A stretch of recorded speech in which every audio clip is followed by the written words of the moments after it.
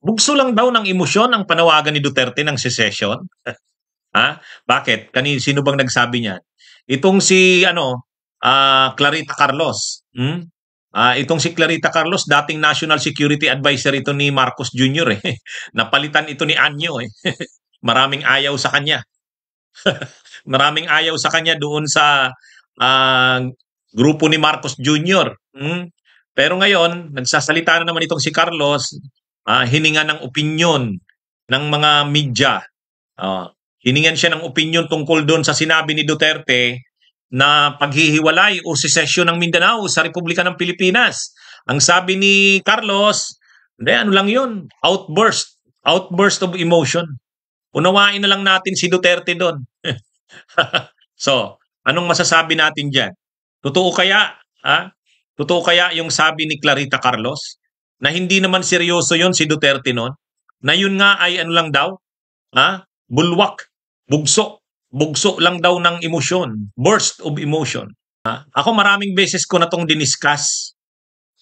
Maraming beses ko na tong diniscuss, pero ang masasabi ko lang dyan, bugso man yan ng emosyon, tulad ng sinasabi ni Clarita Carlos, tulad ng sinasabi ni Roque, intindihin na lang daw si Duterte. Intindihin na lang daw. Hindi naman daw ano yon, bugso lang daw yun ng emosyon. At yung sabi naman nila Sherda, hindi naman seryoso yon. Ano man, mahirap naman na lagi na lang inuunawa si Duterte ng mga sinasabi niya. Lagi na lang bang ang bayan ay nasa pag-intindi ng kanyang sinasabi? Pag nagmumura si Duterte, sasabihin na lang, ay, unawain na lang natin, ganyan talaga yan eh. Ganyan naman talaga siya. Madalas talaga yan magmura. Kapag binantaan niya si Franz Castro, sasabihin na lang, ay, normal na yan kay Duterte. Hindi pwede yun eh. Hindi pwedeng sa lahat ng pagkakataon, ang gagawin ng bayan ay unawain na lang si Duterte. Pati ba yung mga pagpatay niya? Pati ba yung mga pagpatay nung panahon ng war on drugs niya? Uunawain na naman siya. Buhay ang pinag-uusapan doon. At saka, panahon na magkaroon tayo ng mga responsabling leader. Ano siya eh, former president ng bansa. Ngayon, kung former president siya, ano naman siya, umakto naman siya na kagalang-galang. At saka ang pinag-uusapan dito, paghihiwalay ng Mindanao sa Republika ng Pilipinas, yan ba ay biro? Hindi biro yan. Alam nyo, itong mga nagtatanggol dito kay Duterte, sabihin pa, ang mas tama pang sabihin dyan, hindi naman magtatagumpay yung sinasabi niya. Sa katunayan, ngayon pa nga lang, wala namang suportang nakukuha eh. Kaya lumalabas yung kanyang panawagan ng secession, ano lang yan? Wala namang papupuntahan yan. Kaya lang, hindi rin maganda na dati kang presidente, ikaw ang nananawagan ng ganyan. Ay di dapat sana ngayon. Ngayon na ngayon na pinag-uusapan yung issue na yan, hindi dapat nagsasabi na siya. Hindi dapat ang nagsasabi niyan si Roque. Hindi dapat ang nagsasabi niyan si Clarita Carlos. Si Duterte dapat ang magsabi niyan. Hindi eh. Inaatras ba ni Duterte yung panawagan niya ng secession ng Mindanao? Inaatras ba nila ni Alvarez? Hindi. Ang sinasabi nila, legal naman daw yung ginagawa nila. Hindi naman daw sila manggugulo sa bansa. Okay nga, hindi kayo manggugulo sa bansa. Okay nga, hindi kayo gumagamit ng karahasan para isulong yung panawagan na yan. Pero, hindi maganda yan na dati kang presidente ng Pilipinas, hindi ka naman presidente ng Mindanao. Mabuti kung hindi ka naging presidente ng Pilipinas, mayor ka lang ng Davao. Ay naging presidente ka ng Pilipinas, pinakinabangan mo ang yaman ng buong Republika ng Pilipinas, ibinaon mo ang Pilipinas sa utang. Ninakaw mo ang pera ng Republika ng Pilipinas, ng buong mamamayang Pilipino, Luzon, Visayas, Mindanao. Tapos ngayon, matapos mong pagpapasasaan, sasabihin mo, hihiwalay ang Mindanao. Ganun ba yun? Lagi na lang tayong unawain. Yung mga teachers, yung teacher na nagsabi, ay dapat talaga niyan kay Duterte, patayin na yan. Anong ginawa dun sa teacher na yon? Trinato bang biro yon? Trinato bang biro yon? Oh, hinuli ka agad yun. Eh. Naalala nyo yung teacher na yon? Tapos pag si Duterte ang nagsasalita, sasabihin nyo, biro lang, nabugso lang ng emosyon. Awan ko sa inyo. parang napakalaki ng napakalaki ng binibigay na leeway kay Duterte. Pati yung pagmumura niya, yung pagbabanta niya, yung panawagan niya ngayon ng secession, sasabihin niyo, bugso lang ng emosyon. Kahit pa hindi seryoso siya diyan, hindi niya dapat pinapanawagan 'yan. Oh. Kahit ano niya lang 'yan, parang suggestion, umungkahi lang.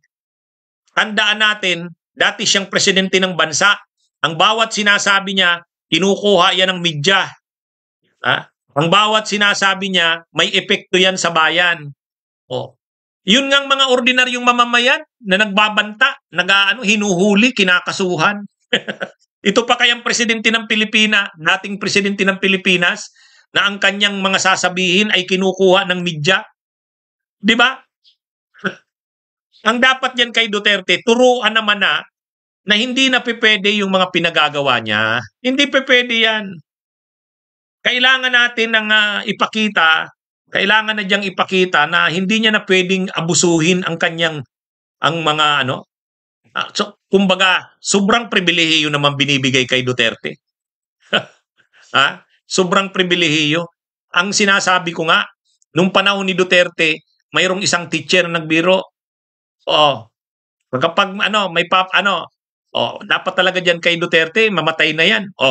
Anong ginawa doon? 'Di ba inaresto 'yon? Yung teacher na 'yon. Inuli ng NBI 'yun eh. 'Di ba? Tapos itong ginagawa ni Duterte, unawain na lang kasi outburst of emotion, dala lang ng emotion. Tapos sasabihin ni Roque, anong sabi ni Roque? Ano lang daw kasi, masyado na daw napuprustrate si Duterte sa politika kasi masyado na daw marumi. Bakit? Sino bang nagpapagulo ng politika ng bansa? Kasama siya doon eh. Diba? Sus, ang laki ng pabor na binigay sa angkan ni Duterte ng bansang ito. Yung confidential at intelligence funds ni Sara nung panahong mayor siya, ang laki nun. Ang mga pundo palang binigay kay Pulong Duterte, yung last 3 years niya pala sa Kongreso, sa Kamara, 2020 to 2022, 51 billion pala ang nakuha niyang budget sa first district lang ng Davao. Ay, ang tindi nun. Tapos sasabihin nila Duterte, inapi sila na parang napabayaan ng Mindanao. Ay, nung panahon ni Duterte, halos lahat ng nakapwesto sa gobyerno, sa gabinete niya, mga taga Davao. Pati nga mga commissioners ng COMELEC, lahat taga Davao eh. Tapos sasabihin nila, pinabayaan ng Mindanao. Siguro, yung mamamayan ng Mindanao na mahihirap. Pero silang mga trapo, na mga bulok, hindi sila nakaranas ng pinabayaan. Di ba? Kung may pinabayaan sa Mindanao, yung mga mamamayang Moro, yung mamamayang Lumad, at saka yung mahihirap na mamamayan ng Mindanao, yung masang mamamayan ng Mindanao, yun ang napabayaan. Pero yung mga trapong tulad ni Duterte, napabayaan. Si Alvarez, napabayaan. Sus, tawang ko sa inyo. Kung makapagsalita na, sabi ni Roque, ano ba yung sabi ni Roque? Ang sabi ni Roque, ano daw? Ay lang kasi yan, bugso ng damdamin kasi frustrated daw. Ito. Kinggan natin yung mga sinabi ni Roque. Supports Carlos' presumption that former PRRD's call was due to frustration. Alam mo, yung secession naman, frustration lang ni Presidente Duterte na ang gulo-gulo ng mga politiko ngayon sa Luzon. Diba? Talaga naman ang gulo-gulo. Yung pirma, na binibili ang mga pirma. Yung panlilinlang. On the other hand... kaya mo lang naman nasabi yan, Rocky, na ang gulo-gulo ng mga politiko sa Luzon kasi hindi na magkakampi ngayon si Duterte at ang Marcos Romualdez. Kung kayo, magkakampi pa rin kayo, wala kang sasabihin ganyang, Roque. Frustrated kayo sa politika kasi hindi na yung dating pabor na nakukuha ni Duterte, hindi na nila nai-enjoy. Siyempre, ang gusto ng Marcos, sila na ang nakaupo ngayon, sila naman ang makakuha ng malaki. Parang parang pie. Nung panahon ni Duterte, sino ang may pinakamalaking bahagi sa pie? Di siya. Nung panahon ni Gloria, sino ang may pinakamalaking bahagi ng pie? Di Arroyo. O, panahon ni Estrada, di sila rin. Panahon lang naman ni Aquino, walang ganyan eh. Panahon ni Duterte, ang laking sa pie, sinong may pinakamalaking bahagi doon? Di si Duterte. Ay ngayon Marcos, ang gusto ng Marcos, sila naman ang nakaupo ngayon, sila naman ang may pinakamalaking bahagi sa pie.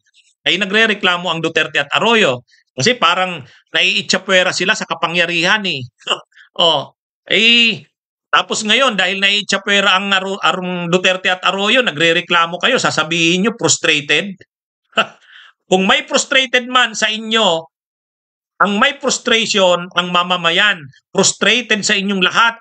Mag Duterte, mag Marcos, mag Arroyo, mag Sayo Roque, lalo na frustrated ang mamamayan sa inyo. Kahit nga frustrated ang mamamayan ng Mindanao, hindi naman nananawagan ang mamamayan ng Mindanao na humiwalay sa Republika ng Pilipinas eh. Ha? Gagatungan nyo pa yung paghihiwalay ng Mindanao sa Republika ng Pilipinas, sasabihin mo frustrated si Duterte. Ha? Naging presidente na siya. O anong ginawa niya? O, di ba? Anong ginawa niya? Nang pinamunuan niya ang bansa, anong ginawa niya? O, ako nga sa totoo lang, lahat ng commissioners ng COMELEC taga Davao. Nung panahon hanggang nga ngayon yung mga naiwan dyan na commissioners ng COMELEC taga Davao eh. Si Socorro Inteng, si Marlon Casqueo, si Bulay, si Perolino, lahat yun mga taga Davao eh. Lahat taga Davao yun. Ngayon lang na naupo si Marcos, may inappoint si Marcos, hindi na mga taga Davao. 3 yon. Si Garcia, si Celes, saka si Maceda. Di ba? Wag mo nga kami Roque. Wag mo, nakakasuka kayo. At lahat ng kaguluhan ngayon sa Pilipinas, kagagawan ninyo Roque. Yung mga kaguluhan ngayon. Yung kaguluhan ng dulot ng pagpapakatuto nyo sa China. Nagugulo ang Pilipinas. Di ba? Tapos ang lakas ng loob ninyong magsabing frustrated daw kasi si Duterte sa politika ng Pilipinas, kaya ihiwalay niya lang ang Mindanao. Ay sos. Ay sos. Ewan ko. Ano to? Kaya ka na lang hindi na nanalo Roque. Ito naman si Clarita Carlos. Bumabalik ngayon kay Duterte kasi natanggal siya kay Marcos eh.